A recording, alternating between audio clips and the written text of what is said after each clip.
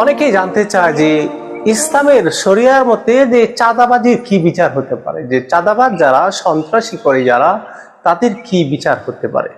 চাঁদাবাজির কঠোর পরিণতির কথা আল্লাহ সুবহানাহু ওয়া তাআলা বর্ণনা করেছেন কোরআনে আছে, আস-সারিকু ওয়াস-সারিকাতু ফাকতাউ আইদিয়াহুমা।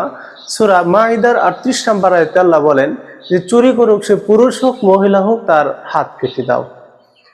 আল্লাহ সুবহানাহু ওয়া তাআলার বিধান। এখন চাঁদাবাজি সেটা কি চুরির ক্ষেত্রে পড়বে না ডাকাতির ক্ষেত্রে পড়বে? তাহলে চুরির একটা আপডেট ভার্সন হচ্ছে চাঁদাবাজি।